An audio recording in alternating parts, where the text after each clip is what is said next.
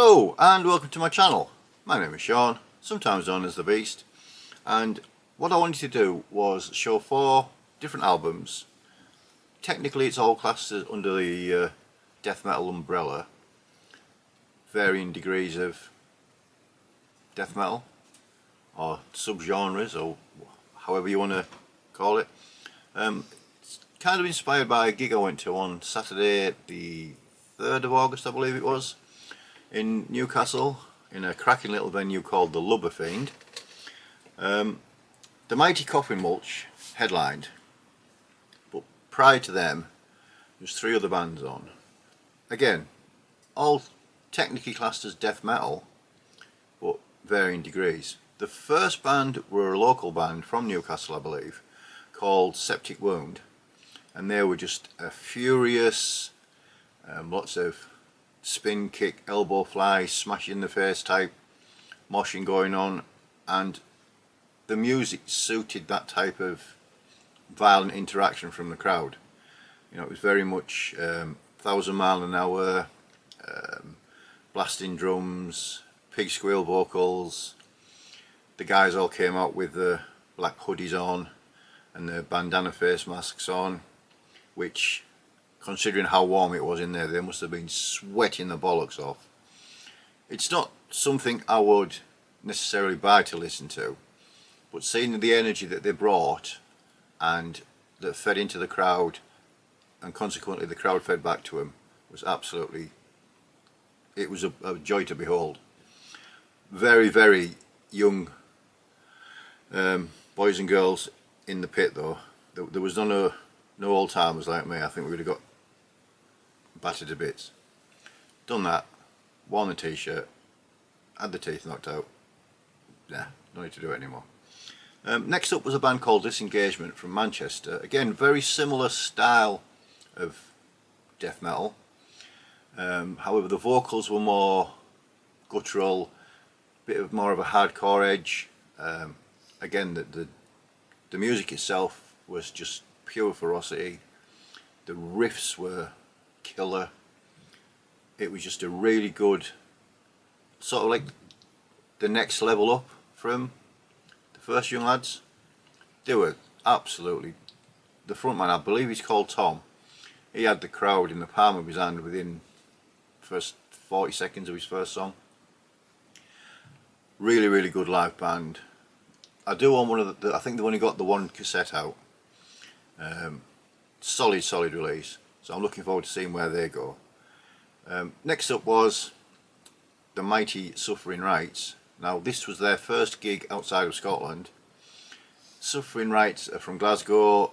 Kenny, the gentleman who's brain bath, gouger, and obviously he's a lot to do with the Dead of Winter Festival up in Scotland. They came on. I was talking to Kenny and he said, imagine Bolt Thrower with a Swedish tinge. Well, to be fair, I think he was doing himself a disservice, because they were absolutely flawless. Kenny's vocals, absolutely just superb. Andy, the lead guitarist, the riffs were just heavy and thick. The drumming was incredible. Just the whole set was superb, and I cannot wait for them to release a full-length album. Again, they're a small EP that came out, was it earlier this year, back end of last year, not quite sure. Superb. And then we got to Coffin Mulch. Now Coffin Mulch are currently one of my favourite bands.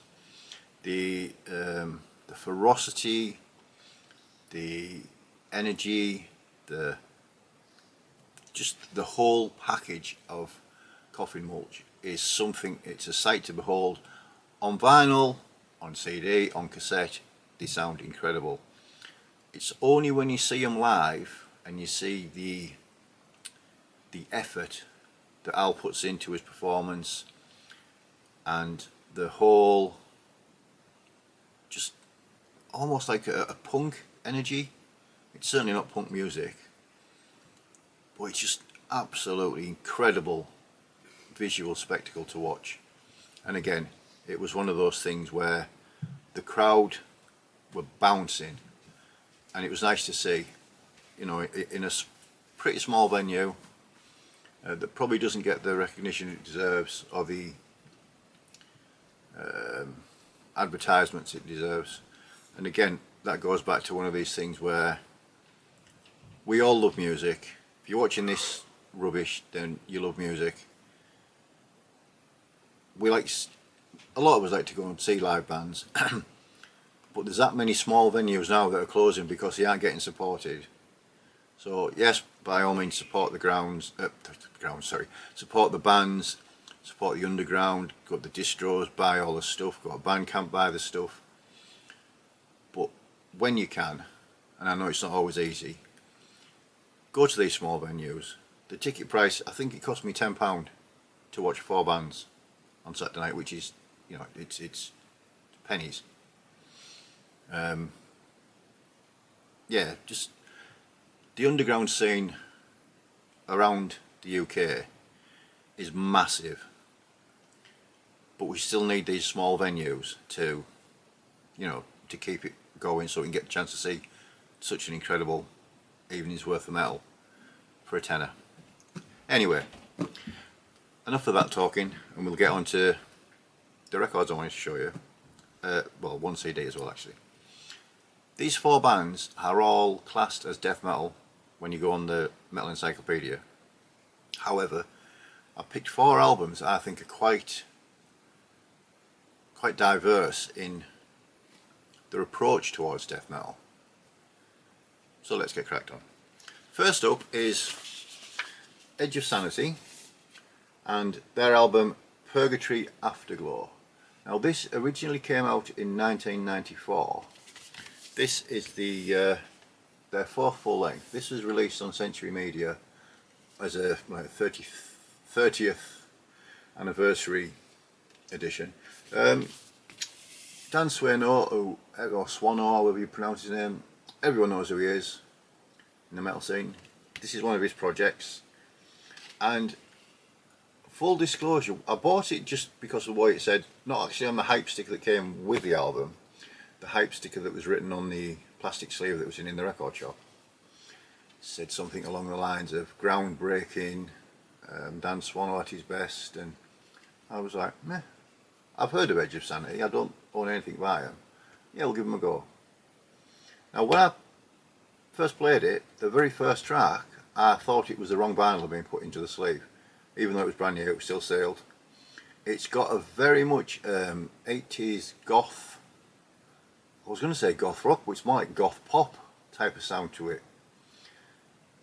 Probably first 70 or 80 seconds, then the gutturals kick in, then the riffs kick in, then the death metal kicks in, as it were. I can't believe I just did air quotes with one hand either. This took me quite a while, quite a few listens to fully appreciate, because there is progressive elements in it, and I'm not the most progressive metal fan, if at all really, but there's something about it that sort of captures your imagination, and although it is quite erratic at times and the album doesn't necessarily flow as you would expect a lot of albums to flow, it really is an entertaining listen. We get the inner sheet, which you can barely see, it's very dark, but that's more to do with the fact that I've got the curtains closed. Let's do that, that's a bit better. Now we'll get glares all over, no doubt. But yeah, it's a really good record. Like I said, considering it came out in '94, just on the obligatory, or as all albums should be, black wax. But that's just because I like black wax. Yeah, it's a really good album. It is very different. You know, you don't necessarily think of Swedish death metal as being what's on here, but yeah, I'm glad I've got it. I think it's going to be one of those albums that gets spun. You need to be in the mood to listen to it, put it that way, rather than just grabbing it and when you bounce your head off the walls. It's a very clever album, and it's well worth a listen. So that's Edge of Sanity, and Sanity even, not Sanitary. Edge of Sanity and Purgatory Afterglow. Next up is an album that was shown by the main man, Metal Marty Mac. He was gifted this originally, I think, by Metal Mickey on CD, and he said on one of his videos when he showed it how he would like to own it on vinyl. Me being me, I went on, had a bit of a hunt, found it on vinyl, ordered myself a copy, and then thought, I wonder if Marty knows. I was going to order Marty a copy, he beat me to it and ordered it himself. This is Sorcery and Bloodchilling Tales. This is their debut full length. Originally this came out in 1991. This is the 2021 reissue on Extreme Music. This is Swedish death metal, and this is what you'd expect Swedish death metal from 1991 to sound like. It's not groundbreaking, it's not you know, they aren't thinking outside the box or anything like that. This is just a solid death metal band playing death metal. I know that sounds a little bit obvious, but you know, the guitars have got a really thick sound to them. The drums and the bass are solid throughout, and it sets a really strong foundation for what's to follow. The vocals are growled, but you can understand what he's saying. It's a really good release. We got a couple of stickers. The guy that was selling them is actually, I believe, it's the gentleman in the middle who is the singer. He had quite a few of these up on Discogs. Inside it we get the obligatory band photo, thank yous and such like on that side. The lyrical content on that side. Now I have to admit, I quite like the fact, well, firstly that it's on black vinyl, but the inner labels are quite smart as well. So yeah, I say it's definitely worth having in your collection. It's a very solid album, very much I don't like to use the word meat and potato death metal, but you know, they aren't, like I said, they aren't trying to break any new ground or anything like that. Just an absolutely solid 1991 Swedish death metal record. So that is Sorcery and Bloodchilling Tales. So from the sublime to the absolutely superb and ridiculous, I believe Anthony over at Metal Miners was the one that put me onto this on through Instagram possibly. This is Mutilation Barbecue and their full-length debut called Amalgamations of Gore. Came out in 2024. It's on Maggot Stomp Records. You might have guessed this is death metal again from the USA. This is an album that is modern death metal done extremely well with super thick production. The heaviness is just incredible. These guys aren't messing about. I've got the EP on CD, so once Anthony mentioned this, I knew I was going to have to get a copy of it.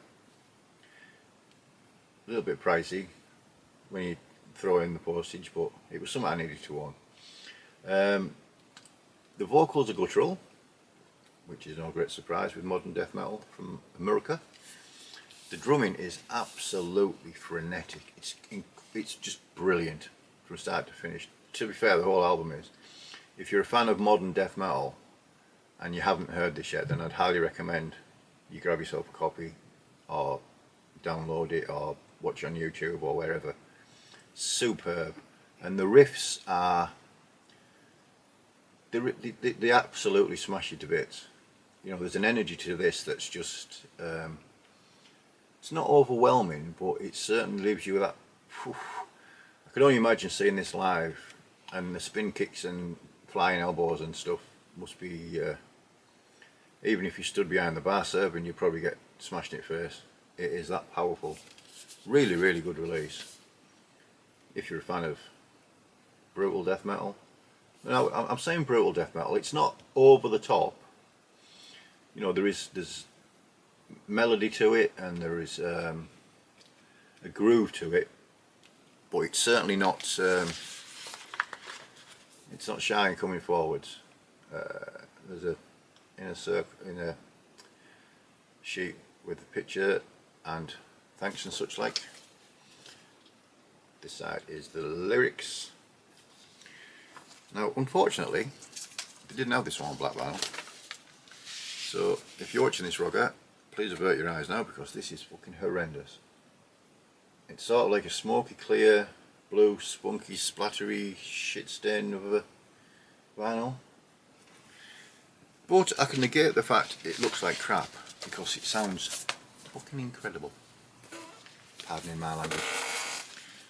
So yeah, really good release from this year. I'm not sure if it'll make my end of year list, but it'll be in the mix for quite a while. At the moment it'll probably be in the top 20. So yeah, that is Mutilation Barbecue. Completely forgot what the band was called then. Amalgamations of Gore. Get it in your lugs. Right, last one for this little, well, it's not so little now, I've been going and shout about gigs and stuff. This is a really good, really good band. I'm intrigued. I heard one track came up as a random, you might like this, on YouTube, and I did. So well done YouTube for doing that. This is Nightbearer and their EP, Stories from Beyond. This came out in 2018. It's not very clear, that is it? Came out in 2018. This is on Unholy Fire Productions. This is their debut EP. 5 tracks of HM2 infused death metal. You would swear that it was Swedish, but in fact these gentlemen are from Germany. And these gentlemen really know how to play HM2 infused death metal. This is the guitar, the buzzsaw guitar sound that we're all well established with. On this, it's just fantastic. Really good. The riffs are furious and extremely memorable as well. The CD is impossible to open. There's a CD. Again, it's quite. I need to angle it towards the light without trying to blind you with the glare, but here we go. And there's the back of it. I was that impressed when I heard this. I actually, for once, I listened to it online first. Went onto their Bandcamp, saw it was there to buy. Really decent price as well. And they've actually got 2 full lengths out. Now, the reason I'm showing this one rather than either the full lengths is, which obviously being collector school, I had to buy them. I've spent more time with that one. These have only been spun once, so I'd rather give them a bit more time before I say yeah on air. But judging by the sounds on this, I think I'm expecting quite a lot from the 2 full lengths as well. So that's Nightbearer, Stories from Beyond. That's the last one I want to show.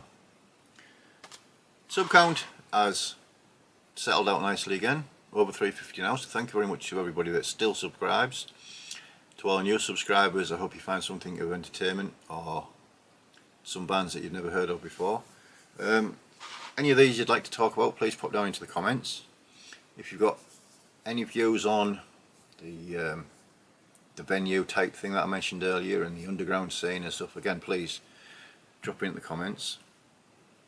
It's probably ended up being a lot longer than I expected this video to be, so I do apologise for that, but hey ho, I haven't put one up for a while. So thanks very much to everybody that watches and likes, comments.